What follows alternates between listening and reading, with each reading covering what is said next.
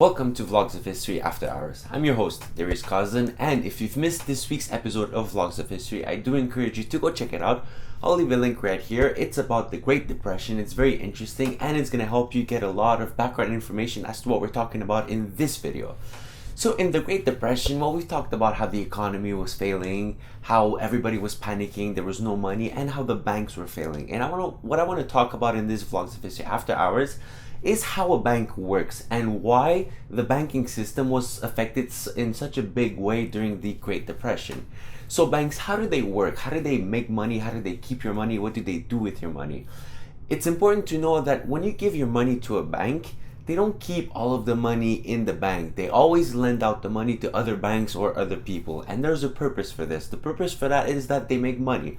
So the way they do this is let's say person A goes to bank A with $1,000 in hand and wants to deposit that money in the bank because nobody wants to carry around $1,000 in cash. So he goes, he deposits the $1,000 and the bank puts it into his account. His account gets credited $1,000, but the bank will not keep that $1,000 in the bank because it would be a waste of money. Money kept there is a waste because you could be lending it out and you could be making interest on that money. So the bank would keep a small percentage. Let's say they would keep about 5 to 10%. So let's go with 5%. 5% of $1,000 is $50. So $50 the bank keeps in case you or person A or any other person needs another money. And the bank does this with everybody. So I'm using $1,000 as an example, but think in the grand scheme of things, everybody deposits money every single day. But you don't always need all the money you have in your bank account. Like even you probably have some money in your bank account, but on yourself, you only carry 5 to 10% of that. And banks know this, and they use this as an opportunity to take that money and to lend it out.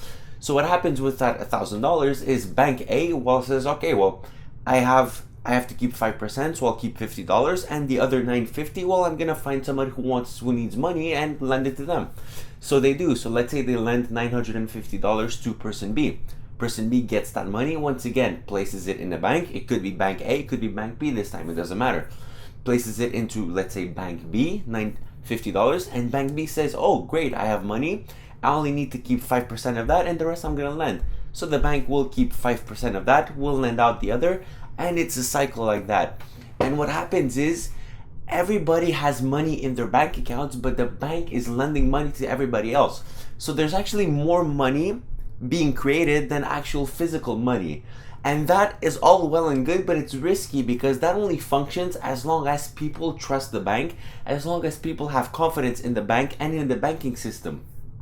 So long as people have that confidence, nobody's gonna take more than 5-10% of their money because they believe that their money is safe in the bank, and that's the way things should be. The problem is when people start panicking, when people start wanting their money and wanting more money than usual, that's when banks have problems because banks, quite frankly, they don't have all the money there. It's all lent out. So let's say if you have 5 people that need $1,000, sure, the bank can accommodate that because they have so many people who put so much money that their 5% that they keep is enough for 5 people to get all their money back. But when you have 100,000 people wanting all their money back at once, the bank, there's nothing they could do. They have to call out loans early, which means they have to pay extra fees. And it's hard to always get the money because you don't know where the money is. And it's a long process. And people at the bank, when they come to get their money, they're going to be told, look, I'm sorry, I don't have the money right now. And that's very bad because that instills panic. How would you feel if you go to the bank and you ask for your money and the bank just says, I'm sorry, I can't give you your money? You're obviously going to panic, and then everybody's going to want to get their money out because nobody's going to trust the banks anymore. And there's going to be more panic, there's going to be more demand for money, and the bank just can't do that. And what happens when the bank cannot provide the amount of money that everybody's looking for? The bank has to declare bankruptcy. And that's exactly what happens during a recession. That's exactly what happened during the Great Depression that we've talked about. And also more recently during the 2008 housing bubble crash. That's exactly what happened. Banks just didn't have enough money. Everybody wanted their money, and they had so much money in loans that they couldn't recall the loans fast enough. People panicked, they wanted more money, and the banks, they just said, I'm sorry, I don't have money, we go bankrupt. And that's what happened in the Great Depression, and that's why it was such a big event, because during the Great Depression, everybody panicked. People wanted their money because they thought that if they at least had their money with them, their money would be safe. Nobody trusted the banks anymore.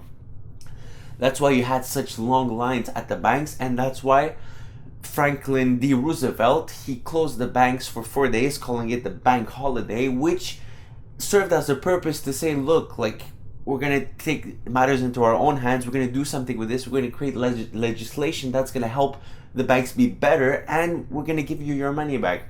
Also, Franklin D. Roosevelt, he knew that it was important to talk directly to the people. That's why he used the radio a lot to talk directly to the people, because he knew that was one way of calming the people down, of calming the fear and not getting everybody running to the banks. And it did work. It worked a lot. This one-on-one type of thing, this very direct messaging from Roosevelt actually worked in calming down the people and helping them restore their confidence in the economy. So I thought that was very interesting, and I thought that you should know, as an extra addition to this Vlogs of History episode, how banks work. And if you've missed the actual Vlogs of History episode and you want to see the actual impact of what happens when you have so many people that want their money and they can't get it, and how that leads to a recession, and how people lived during one of the biggest, if not the biggest, recessions in our history. I mean, that recession kind of lasted a whole decade and was only halted and reversed by the war. Like, it took World War II to actually reverse the damages of the Great Depression. So if you want to see that, I'll leave a link right here. Make sure to check it out. It's very interesting. I'm your host, Darius Coslin. I hope you've learned something new today. It's been a pleasure, and I will see you all next week.